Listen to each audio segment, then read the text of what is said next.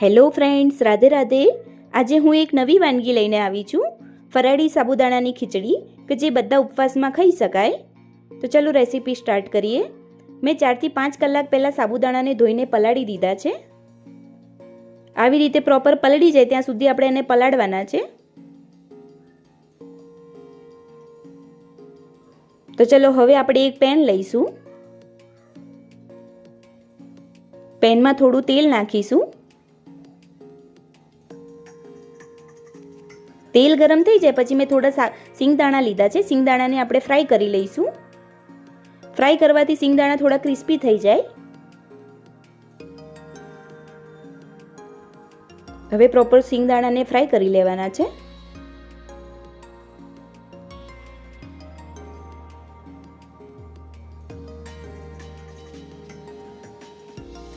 હવે જે સિંગદાણા છે એ ફ્રાય થઈ ગયા છે. હવે આપણે એક વાટકીમાં કાઢી લઈશું.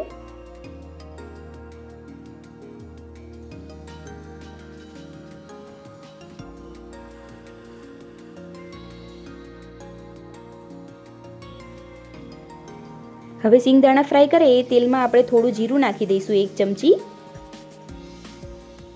જીરું શેકાઈ જાય પછી 4 થી 5 લંગ મીઠો લીમડો નાખી દઈશું. હવે લીલા મરચાં કટ કરીને નાખી દઈશું થોડા. હવે લીલા મરચાંને થોડી વાર શેકાવા દઈશું. લીલા મરચાં શેકાઈ જાય પછી એક બટાકું કટ કરીને નાના પીસમાં કટ કરી લીધા છે એ નાખી દઈશું. હવે આપણે મિક્સ કરી લઈશું.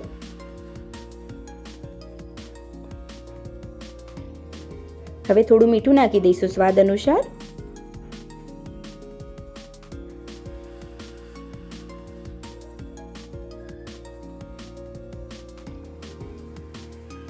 હવે થોડી વાર માટે ઢાંકી લઈશું બટાકા ચડી જાય ત્યાં સુધી. હવે આપણે જોઈ લઈએ, બટાકા ચડી ગયા છે.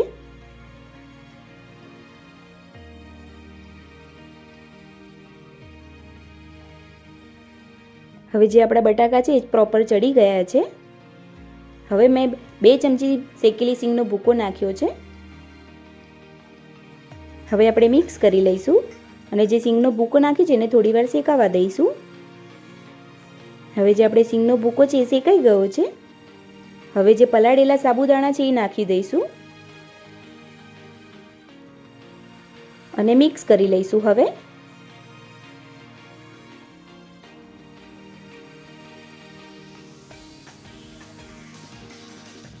સાબુદાણા ટ્રાન્સપરન્ટ ના થાય ત્યાં સુધી આપણે સાબુદાણાને શેકાવા દેવાનું છે. હવે સ્વાદ અનુસાર મીઠું નાખી દઈશું. અડધી ચમચી મરચું નાખી દઈશું. અડધી ચમચી કાળા મરીનો પાવડર નાખી દઈશું. થોડી ખાંડ નાખી દઈશું.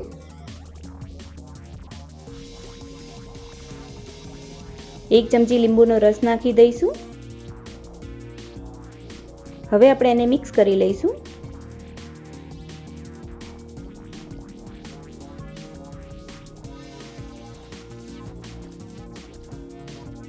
બટાકું નાખવાથી જે સાબુદાણાની ખીચડી છે થોડી લચકા પડતી બનશે.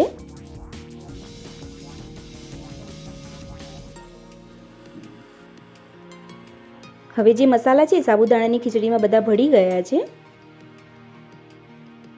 અને જે આપણા સાબુદાણા છે એ બી થોડા ટ્રાન્સપરન્ટ થઈ ગયા છે.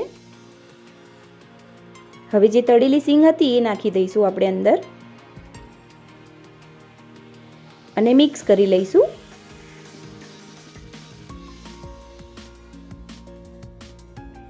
હવે આપણી સાબુદાણાની ખીચડી તૈયાર છે. હવે આપણે એક ડીશમાં કાઢી લઈશું ખીચડીને અને ઉપરથી ફરાળી ચેવડો નાખી દઈશું જેથી સ્વાદ સારો આવે ખીચડીનો. હવે તૈયાર છે આપણી સાબુદાણાની ફરાળી ખીચડી. જો તમે બી આ ટીપ સાથે બનાવશો તો તમારી ખીચડી બી સ્વાદિષ્ટ બનશે. જો તમને આ વિડીયો ગમ્યો હોય તો લાઈક, શેર, સબસ્ક્રાઈબ અને કમેન્ટ કરવાનું ના ભૂલતા. રાધે રાધે.